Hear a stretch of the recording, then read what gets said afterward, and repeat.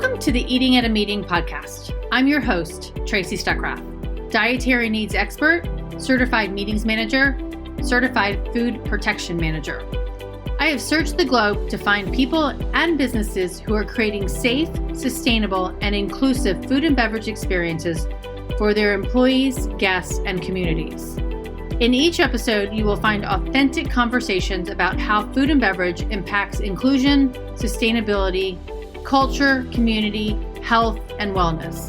I know that sounds like a lot, but we're going to cover it all. Are you ready to feed engagement, nourish inclusion, and bolster your bottom line? If so, let's go. Hey, everybody, and welcome to another episode of Eating at a Meeting. And as you can tell, I am not in my office. I'm actually in a hotel room in Louisville, Kentucky. I flew in this morning to attend the La Dame de Escoffier convention, which is all another conversation we'll have later. But I am so excited to be able to get into my room early and to have a conversation with this gentleman here to my left, Rishabh Kewalramani. And Rishabh is the co-founder with three other friends of Backbar Solutions. And just a little bit of an insight on that is that this is back of house beverage making. And I saw it at the National Restaurant Association convention back in May. I saw it at an airport convention back in June. So I'm really intrigued by what this means. So welcome to the show. Thanks for having me, Tracy. Okay, so let's talk about Backbar Solutions. And this, what I had up here on the screen, is craft beverage dispensing. Yep. And this is mind-boggling because really the beverage dispensing that we see, that we all know of, is when we go to the movie theater, to an AMC or a Regal, and we push that button now and we've got a Coke, right? Or a Sprite or whatever. So what is the craft beverage dispensing? Explain that to everybody. Yeah, I think super simply, go walk down your grocery beverage aisle and see what they have as beverage offerings. They have probiotic sodas. They have these beautiful coffees in a can from our friends over at La Colombe.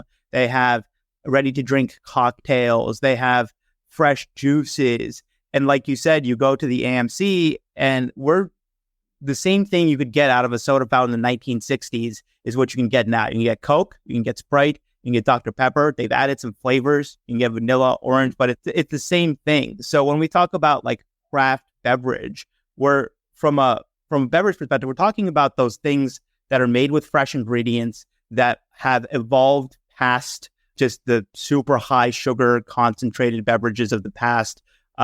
And from an operator perspective, from a restaurant perspective or a cafe perspective, it's those drinks that instead of charging $2.50 for, you often see that are handmade on menus for $6, $7, $10, $11,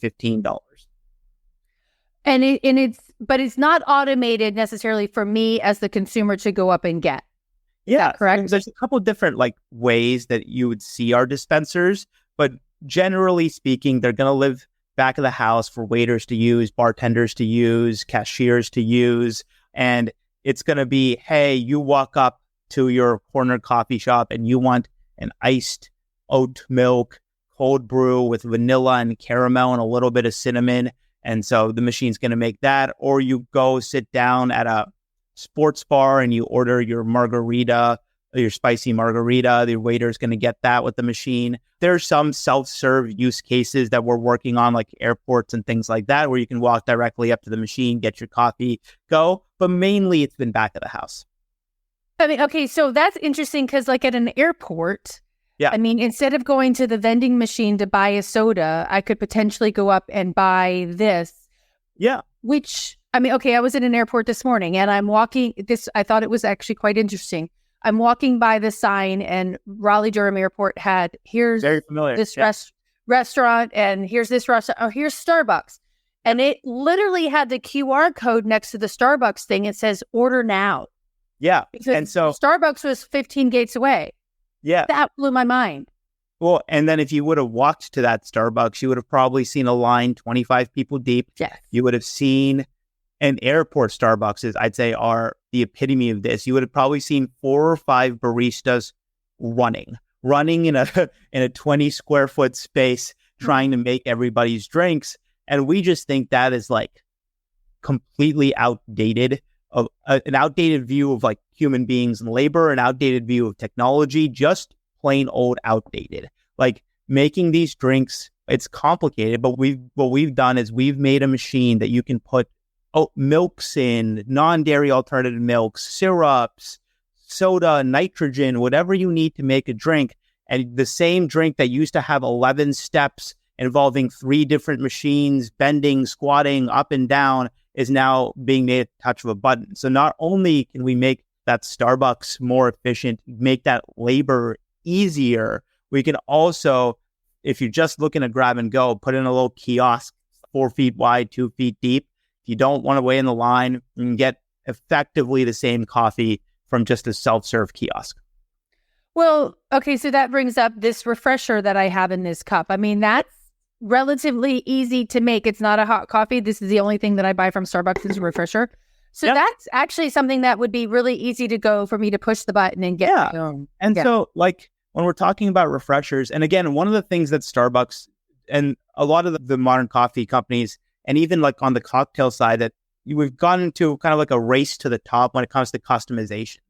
Everybody's trying to more sweet, less sweet, replace the milk, make it sparkling, whatever it is. So that's where a lot of the complexity comes in. But at its core, your refresher is going to be some level of a base. Maybe it's an oat milk, maybe it's a water, maybe it's a Coke. It's going to be some level of a syrup-based concentrate. What's been complicated dispensers in the past is your free machines, your soda fountains, they can't do fresh ingredients, they can't do thick ingredients, they can't do ingredients with puree. There's no way you can do any level of customization.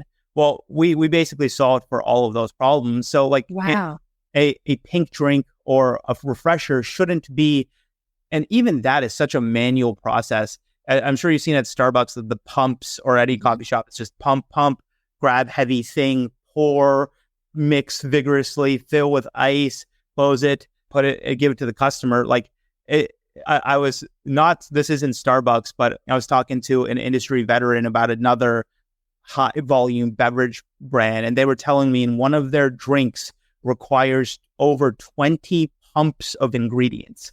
So I'm just these poor people's wrists. What are we doing? There is no reason to do any of this. And at the end of the day, my big thing is you're not going to get big companies to do things that aren't profitable, right? Like at the end of the day, it's more consistency, it's more control, it's quicker to get the service out to your customer, and it saves your people their bodies. So to us, it's pretty much a no-brainer. We're just trying to expand it out there now. Okay, so there's a lot to unpack there. I love it. One thinking of this, and in an article that I read, I think it was Total Food Service, and I'm going to having the machine that can produce specialty coffees and at the touch of a button eliminates the need for specialized beverage staff. So if you're thinking of, let's go away from that coffee shop that we were talking about, right? But let's go to a hotel or a restaurant. So is that eliminating the bartender? So I think the key word there is specialized, and what our hardware is really flexible. And so we think there's a time and place for everything. So we're scheduled to do a couple installations at some hotels later this year. And those hotels are hotels without bars. So they want to be able to serve people welcome drinks, coffees in the morning, but they never built out a bar. They never had any intention of hiring a bartender, but they still people want to drink. They don't want them to have to leave the premise, right? And the only thing they had was a soda fountain. So in that case, it's just you're getting drinks without needing any of the infrastructure, without building a bar, without having a bartender. Now, switching over to the restaurant use case, I think this is where it gets really important to classify like the time and the place. So when we work with tons of high quality full service restaurants, when we go in, we tell operators, we do not recommend that you use the dispenser to serve anybody sitting at the bar. That person is there for the craft of seeing the bartender make it. But we're also, for lack of a better word, exploiting an economic imbalance for that exists in people that aren't sitting at the bar. So what I mean by that is if you go to a restaurant, let's say you're going to a cheesecake factory, it's like 300 seats, massive places. You're sitting in the northwest corner with your family and you order 2 cocktails. You never see that bartender. You never interact with that bartender. You never tip that bartender. And let's be honest, that's what the bartender cares about. I was a bartender 4 years ago. I hated making drinks for people sitting at tables because it didn't end up in my paycheck and it took time away from me making drinks for people who were paying me. And so we think that's a really good time and place and it frustrates the waiters too. We've all been at a busy restaurant or bar and you just see your waiter like hanging around the bar and circling around. Hey, bartender, Can you please make my drink? Can you please make my drink? My guests are getting upset. And it just seems like, it just seems not smart. So basically in that use case, everybody who's sitting at a table, a waiter can just go to a soda fountain-like machine, get the same cocktail the bartender would have made, do the garnish, all of that stuff, and bring it out. And for the people sitting at the bar, the bartender, that interaction continues to happen just as usual. Okay, so that means me as a waitress can go up to this machine and click a button that says an old-fashioned. Yeah, well, it's actually a little bit cooler than that. But yes, effectively, you go to the same machine. Let's say you're out with your family, you order an old-fashioned, your partner orders a margarita, your kids order a lemonade and an iced tea. You go to one machine and you get all of that. Wow. Yeah, we've been doing it. And it's going to taste the same as the old-fashioned that the bartender's making? Yeah, without the love, you might say. But yeah, so at the end of the day, right, like recipes and ingredients, one of the things that's gained with using hardware machines is it's going to taste more true to a recipe than most things you get, just because we use pumps that are commonly found in like IV applications. They're like precise to 1/28th of an ounce. So like you're going to get a very precise drink every time. And this isn't really meant for the neighborhood craft cocktail bar with 20 seats around a bar and with seasonal menus. But if you're at any level of chain or a sports bar or something like that, where, what's really important is, let's say you're at a 500 unit chain. What's really important is if I go to keeping on the Cheesecake Factory, if I go to a Cheesecake Factory in Miami and order a drink and I really like that drink, and then I go to a Cheesecake Factory in Detroit and I order the same drink, I want to get the same drink. And so there are different like forces at play when you're looking at it that way. But yeah, it's gonna taste pretty good. Okay, so that makes a lot of sense, because a friend of mine said this morning, we shared a Lyft ride here, and I was telling her that I was going to talk to you, and she said, well, what about the bartender you tip for an extra little pour? Yeah. But that's really for that person that's sitting at the bar. Yeah. Not for the person that's sitting at the table. Nope, absolutely not. And that's our big thing. Everything's about time and place. Don't use the machine for people sitting at the bar. Use it for people sitting at the tables. Don't use the machine to pour a shot of Macallan 15. Use it to make a margarita. And a lot of it is you get to draw those lines. We offer so much flexibility in how we can configure the machine. Some of our customers, we can do mixing for you, or some of our customers will still choose to shake cocktails. It's all modular. It's all up to you. But we think like at the core, just pouring the right amounts of ingredients, there's no craft in that. That's just pouring over and over again. And then you can choose to draw the line wherever you want to draw the line on automation. That's not up to us. That's up to each individual operator, what works for their concept. And we'll make it work past that. Okay, so because I'm in a convention, or I'm here to attend a convention, are your machines portable so that you can put it in the middle of a ballroom or the middle of, because I saw a guy with an Orioles jersey, Camden Yards? Yep. Is it doable for that concept so that you can help speed up the lines at a 17,000 person convention?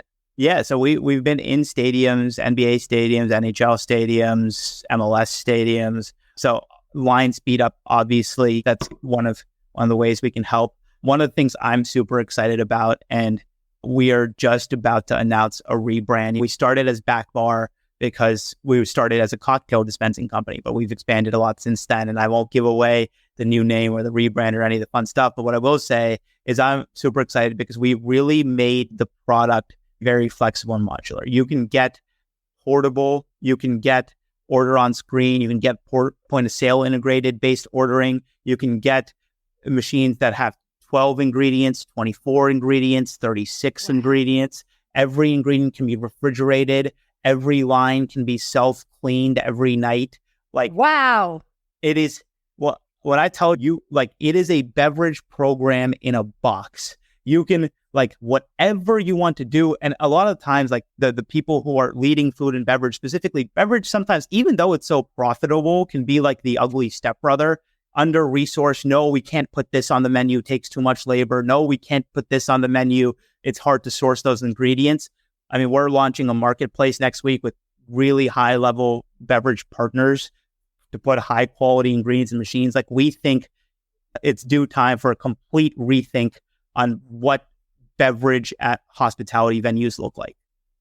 Okay, so let's talk about that then, because ugly stepchild versus profitability and then also savings. Because one of the things that I, listening to you and then also talking to the ones that I've met before, is that especially, that overpour, right? One of my clients is really concerned about how much liquor is going into that drink at that event bar, right? And that how much we're going to pay, because we got to pay. So does this help reduce costs and sustainability wise? How does it? Yeah, great question. So first off, we're going to dispense everything accurately to 1/20th of an ounce. So our variance or loss is going to be on average less than 5%, whereas I think industry average for pour cost on a pour loss percentage on a bartending is like 15 to 20%. It's even higher for making. Wow. Coffee. So yes, you're going to save money there, but I think one of the bigger parts of how we view ROI, or what that rethink of beverage looks like, is the types of things that are available to you. And then this actually will transition to sustainability as well. So the ugly stepchild, right? We're still Coke, Sprite, those are still the mainstays. But the data shows that people are drinking different things at home. 37% of consumers say they want to trade out carbonates. 53% of consumers say it's really important that their drinks are 100% natural. And so there just isn't a dispenser to make those drinks. And that's the gap we're filling. And this is where we get to like sustainability. So the only way for you to get really high quality, all natural beverages in hospitality right now is in a can, whether it's sparkling water like Spindrift, which you're seeing in Starbucks, or whether it's like Olipop or Poppy probiotic craft sodas that you're seeing in like Sweet Green Kava, whether it's really high quality RTD cocktails from like a Cutwater that you see at a bunch of stadiums these days. Mm-hmm. It's all can based because you can't dispense that stuff, and those people don't want to staff specialized labor. It's a big labor intense to add any of those things to your menu out of a can. Not great, but it's pretty recyclable. The problem is you are shipping so much water, and that it seems like a small thing, but it really is pretty absurd when you think about it. So when you think about, like, every restaurant has a water line that's going into a soda fountain that's getting filtered. Every beverage, whether it's a cocktail, whether it's a sparkling water, whether it's a soda, 70 to 80% water at the very least. The better way to make a drink on premise is take water, take your flavor, juice, whatever it is, mix it at the point of dispense, and then serve it to the customer. The amount of like fuel costs, the amount of weight, the amount of everything that's wasted by shipping cans of water from one side of the country to the other side of the country again and again is really inefficient. And the added benefit is, like, you put in a dispenser, you're not taking up your fridge space anymore. It's stuff people actually want to drink. And again, I keep coming back to this. I think, like, it's really hard to ask restaurants to take sustainability measures if it doesn't improve the bottom line. These guys are barely scraping out a margin to begin with. We think we've combined the approach. Dispensers are more sustainable than cans. They add to your bottom line. They're more precise. It's a more holistic view of, again, I think, like, rethinking beverage program. I keep coming back to this. We've just been doing it pretty backwards for a pretty long time. Oh my gosh, there's so many questions that I want to ask you, but I'm going to go back to one we were talking about just before we got on air. It's like, When you look at your LinkedIn profile, Yeah. you worked at Gather for 5 months and then you started this company. Yep. So, and my friend Joan Eisenstadt posted a story the other day and I missed the story, but she says, if this is the future of our industry, then I'm very excited. You graduated from college in 2018, 5 years ago. How did you and your 4 buddies decide to do this? I mean, it's kind of, please explain that. And how it's a great question. The first thing I'll say is we have a fantastic team that's going to be almost 30 at the end of this year. So we are the newbies. I think, to be completely honest, we've always been pretty entrepreneurial and we've always been like looking for gaps. So whether it was working at Gather or me and one of my co-founders, Brian, when we graduated from college, one of the first things we did is we got bartending certifications. Just a thing to do on the side. It was a pretty big hobby. And when you get into bartending circles, there's one guy that I remember, his name is Mick. He was one of the bartending instructors at the school we went to in Atlanta, Georgia. Mick was talking about when he used to pick up shifts at nightclubs in Miami, how sometimes he used to make 400 drinks an hour. Yeah. And so Brian, my co-founder, he's probably one of the smartest people I know. And so we got super into bartending. We heard that story from Mick. And we're, like you said, we were just out of college. Brian started making a cocktail dispenser for our apartment. Well, like you said, my 6 months at Gather, I was working on the sales side for a hospitality tech company. So I was selling to restaurant owners. Mm-hmm. This was back in 2018, back before the pandemic and the current labor shortage. But even back then, the one thing that everybody's been frustrated about for this industry forever was turnover. It was like, we can't get good people to stay, especially if you're just like a sports bar. If you have a good bartender, like good bartenders moving on up. Like the Jeffersons, they're out. But okay, the fact that you can reference that show makes me very happy. Yeah, and so the thing with the 4 of us and this team of like geeks and nerds with a lot more experience than we put together is we just like things to make sense. And when you get addicted to a problem, for lack of a better word, that doesn't seem to make sense. Why are we shipping water? Why is the labor so exhausting? Why can't I drink at my favorite restaurant, my favorite drink? All of these things to me is I get to work as work, right? And I get to choose how I spend my 9 to 10 hours a day working, whatever it is, sometimes more, oftentimes more. But I'd rather choose it working on questions that don't have good answers. And so when you get like a team of curious people who are fairly intelligent, who want to work hard, you learn a lot in 4 years. But I think that's the thing that I love is like, well, we're still looking for questions to answer and what the best answer to the questions are. Like if questions don't have good answer, I see opportunity. That's really, I mean, because it's that always ending, well, why? Yeah. Because, well, why? And you just keep asking that, answering. Well, and I'll go back to my parents here. I think this is a really good standard that they set. I was the type of kid that was like, why isn't this better? Why isn't that better? And they had to take their time out of their day to explain things to me. So it's a standard that's been set for a long time. I think it's such an important question when you're trying to build things that are actually helpful for people in the industry. Is like always asking, like, what is missing? Why aren't we getting there? Why are people exhausted? What is the problem? What's the pain? All right. Dig in, and that's just a constant iterative process at Backbar. Do you have some examples of people who have implemented this and seen success, and what kind of success? How are you measuring that success? So I think this is where the flexibility really comes into play. So I'll give you like 3 use cases. Okay.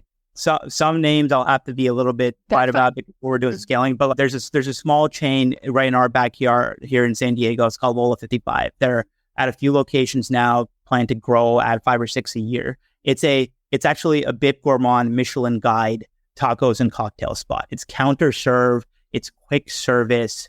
They came out of the pandemic not being able to hire anybody. They were closed Mondays and Tuesdays, closed Mondays. And they have really great tacos. They have this fantastic cocktail menu. They make a margarita that its base sweetener is a homemade grapefruit cordial.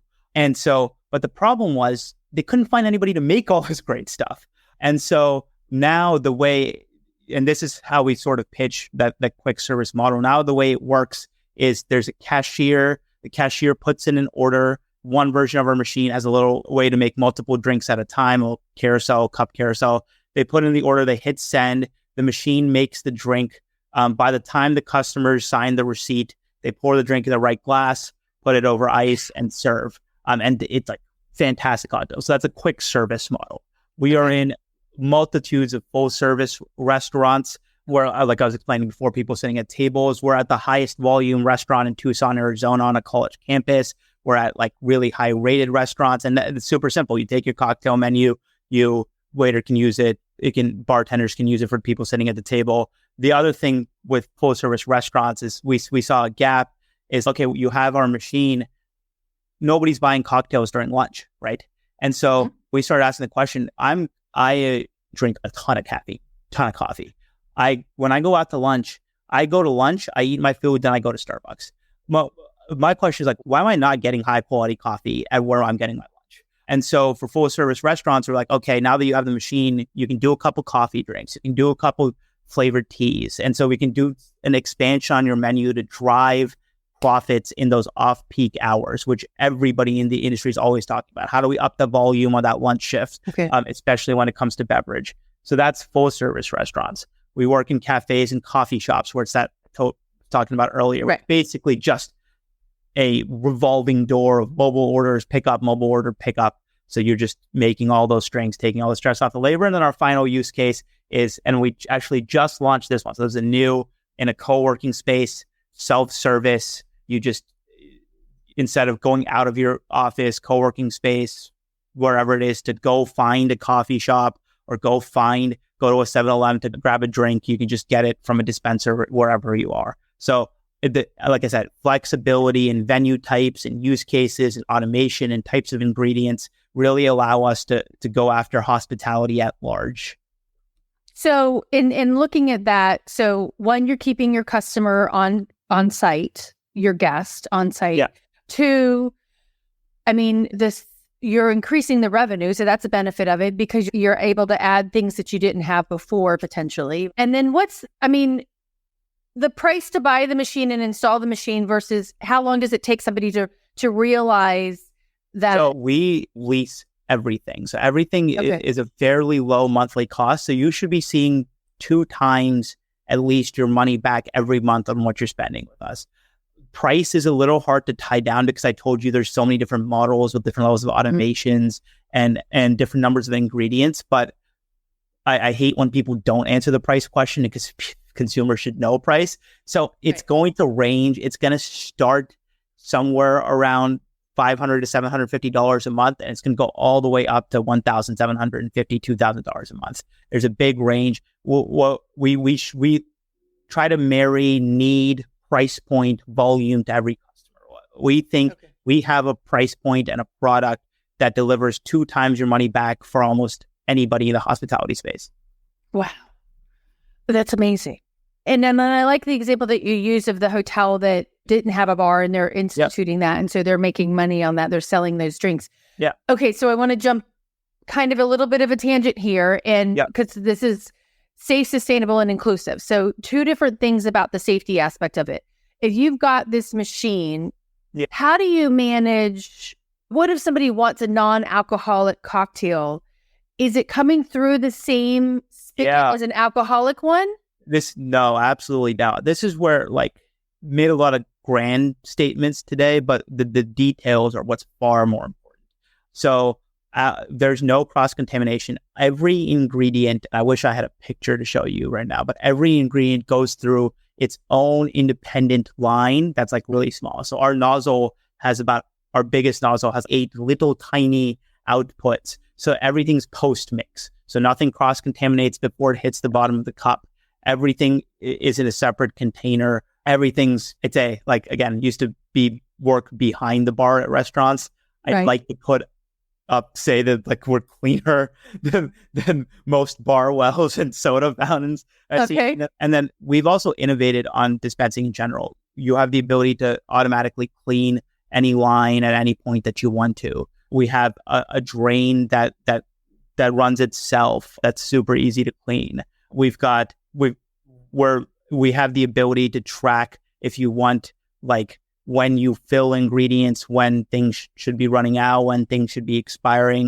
A lot of the stuff that we're moving forward on the ingredient side is like where we are our partners. We're offering really long shelf life ingredients that are still fresh. There's innovations to be made past just the dispenser. And this goes back to, if you're talking about like safety, sustainability, and all that stuff, like those are some of the harder questions. But like I said, we make dispensers. We try to help in whatever ways that we can. And a lot of those big questions that we moved on past dispensers, okay, how can we increase the sustainability in the ingredient supply chain? How can we increase the safety of ingredients that are still staying fresh? Like a lot of what you'll see when our marketplace launches in the next couple of weeks is fresh ingredients with long shelf lives, with levels of concentration that are safe, so you have to ship less water, with recyclable packaging. Like we'll go, if we're giving you a dispenser, we'll also try to put in the work to make sure the things that you're putting into that dispenser are safe and sustainable. Okay. And then that would go along the lines of allergens then as well. So yeah. So you could put, not that you're throwing peanut juice between I've never heard of peanut juice. No. Milk. Yeah, right. One is milk. Yeah, it's all going to stay separate. Everybody's still going to take care to use a different shaker or cup, but the machine's going to keep all that stuff separate.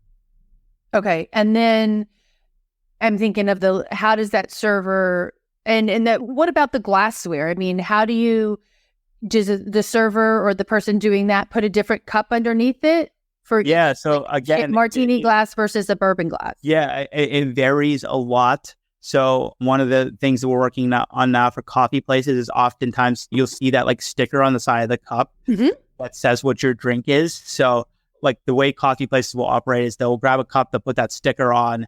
And so actually what we're going to do is we're printing like think of a grocery checkout QR code or a barcode on that sticker. So you just go to the machine, scan the correct cup, and it's going to fill that drink with whatever the person ordered, and you just serve it. A lot of restaurants will dispense. They have a couple options. Some will choose to dispense everything into shakers, do a quick shake, and then serve. Some will choose to have the machine handle the shaking and just dispense it right into the right cup. It's just, again, we try to not make those decisions for our customers. We try to leave that up to them. But you can use whatever you want.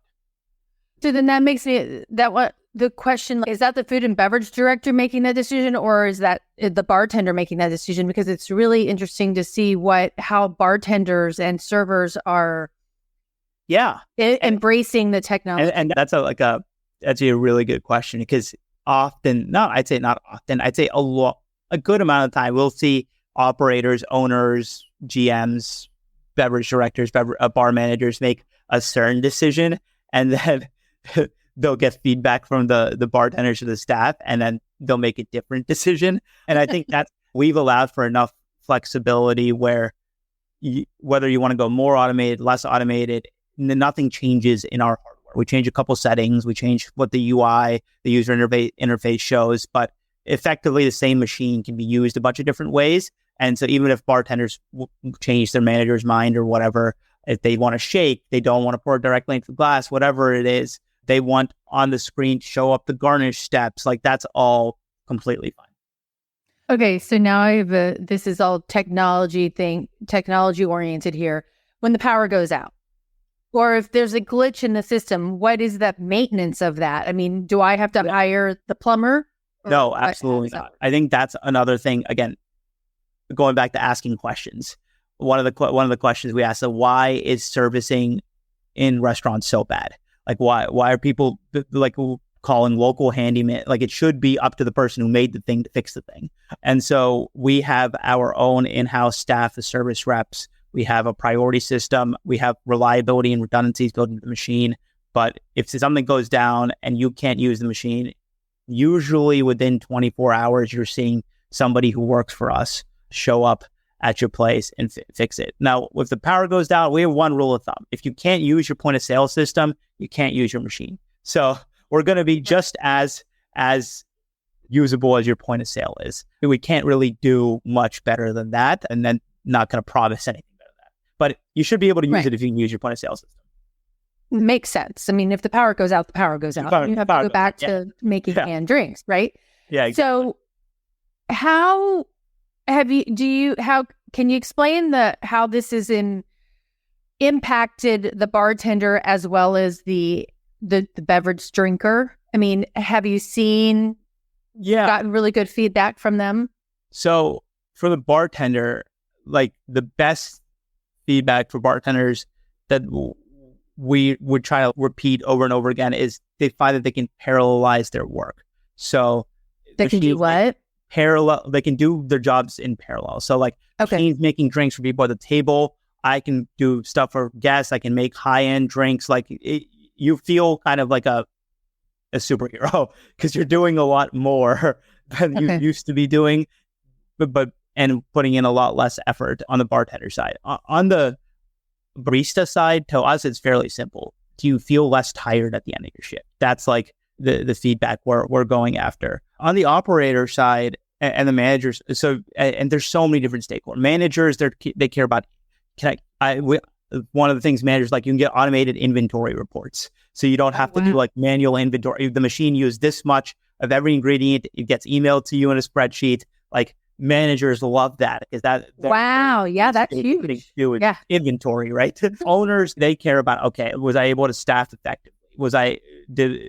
What were my wait times? Our dashboard shows you like what the time to serve each drink was, which is kind of cool. Was I able to add things to menu? Like, what was my bottom line? Did I make money back? So like we have and then you have the end guest, and it's like, did my drink taste good? And so one of the things that I was really proud of is we were recently about to doing some testing and potentially doing a rollout with a pretty good, and we were with some of their taste folks, some of their leadership group, and we were doing a tasting session in one of their offices. And one of their folks said, this is more true to our recipe than anything that's being served in our cafes. And I was like, well, wow. That I think was like fantastic feedback, because even everything's on a spectrum.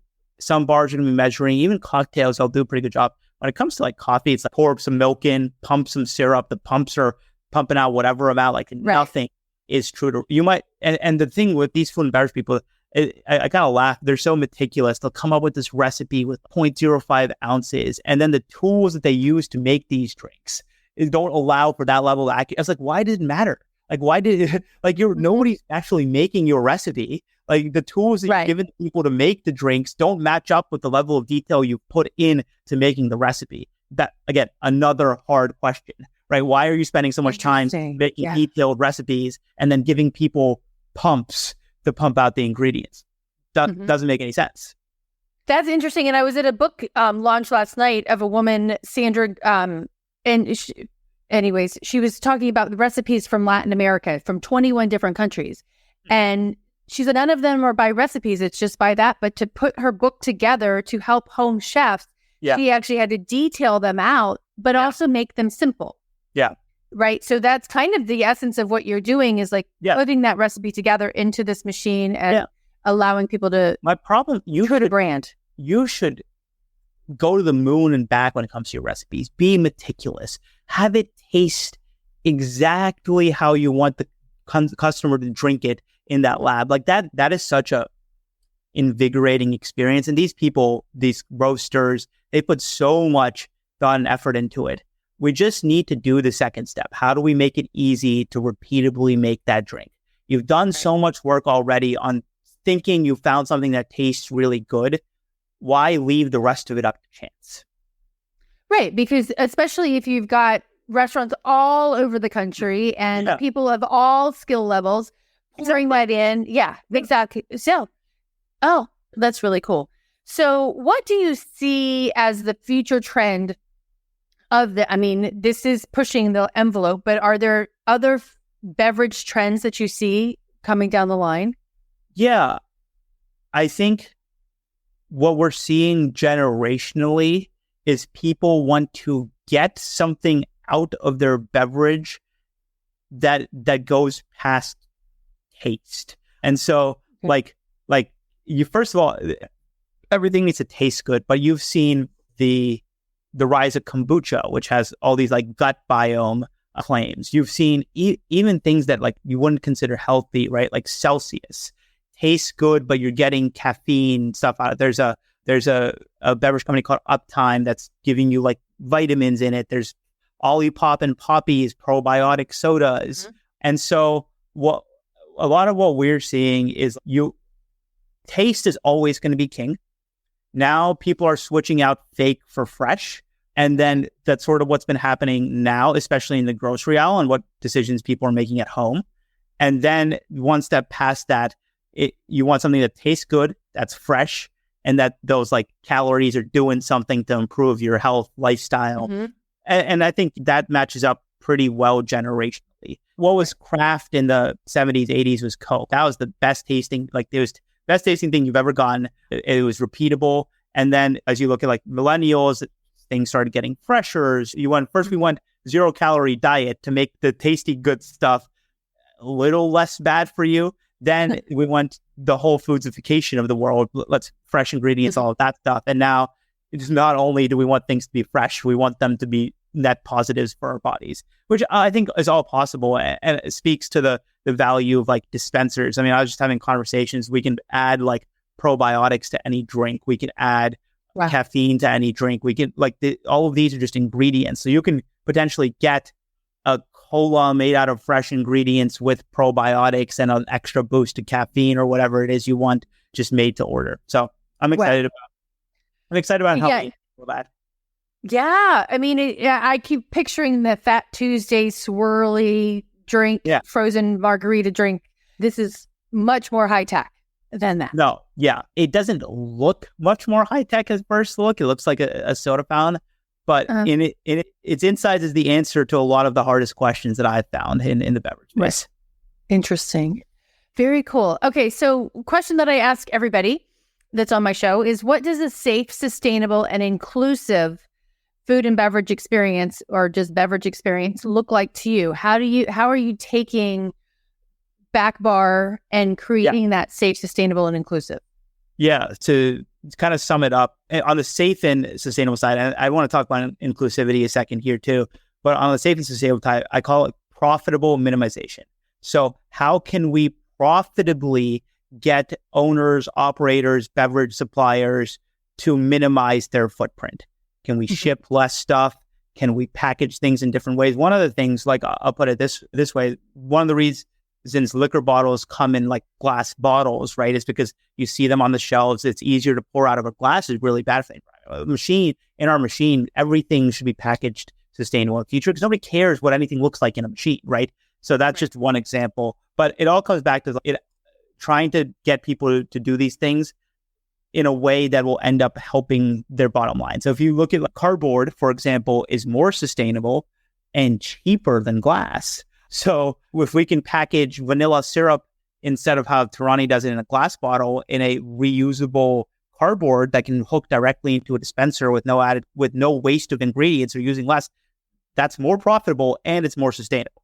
So we'll try to minimize in a profitable way as much as we can, especially on the work we do with our ingredient partners. The inclusivity side, I think, is an interesting and a cool one. One of the things so my parents were immigrants. One of the things that we think like at a beverage level, like how do you connect inclusivity in beverage? To me, it comes from like optionality we learn so much about cultures and other people through food, right? Like I've taught so many of my friends about Indian culture by taking them to an Indian restaurant. It's like step one, right? Step one in learning about my culture is eat my food. But what we haven't seen is drink my drink. Even at the Indian restaurant, you're getting Coca-Cola. So a lot of what we're going to be pitching over the next couple of years is there's really high quality, really honest to tradition ethnic brands that are being built now. Okay.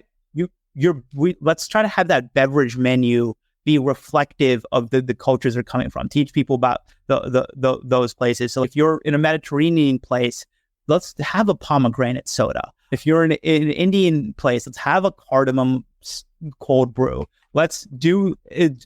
I mean, a lot of the times when we talk about like some of these big broad terms like sustainability and inclusivity, you can get a little carried away. At the end of the day, we're hospitality companies and beverage companies. So I want to focus on that, but I think there are ways to be more culturally effective and still staying true to, we're still doing beverages. Right. Yeah. Well, I mean, it's like going to the world of Coke and you can try 170 different flavors of Coca-Cola. designed based on where it is in the world. Yeah. Yeah. And even Coke would do things like a pomegranate, different flavors in different countries. You can't get that if you go to like let's say a Cava, which is a Mediterranean concept. Yeah. You're not getting the Mediterranean Coke, you're getting American Coke. I'd like those ingredients to be fresher too, but I think there's the world of making beverage more in tune with different cultures and things like that. I think there's first of all, a lot to be done there and a lot of value and money to be made there. I would love to go to my favorite Mediterranean restaurant and try a local drink, a drink that would be served there instead of getting a Diet Coke. Right. Okay. This is just so fascinating. And I think it'll be interesting to see how hotels utilize this on the event side of things, but just in their regular bars as well. So as well as, I don't know how much a caterer would do because it's not easy. No, not really. I mean, you really we're looking for a place where places either you have a massive complex customized beverage menu or you see that as a lack. Again, the thing is it's so flexible on the QSR small side where we're just making a new menu for you. You break even at eight drinks sold a day. So it's a really low barrier to entry. We just want to make people's beverage menus better. We want to make people's employees happier, and we want to make everybody more profitable. That's all. Those are great things to do. So kudos to you and your four co-founders, your three co-founders.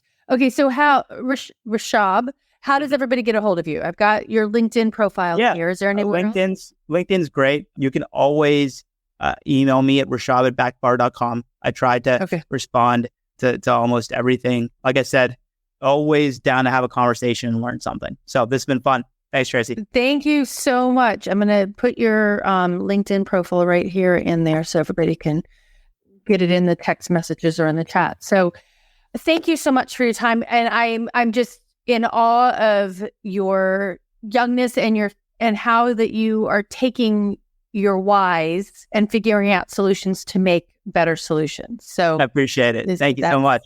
Solutions to solutions, whatever. So you're fixing something. So I appreciate that. Everybody, thank you so much for tuning in. It's Watch on Demand.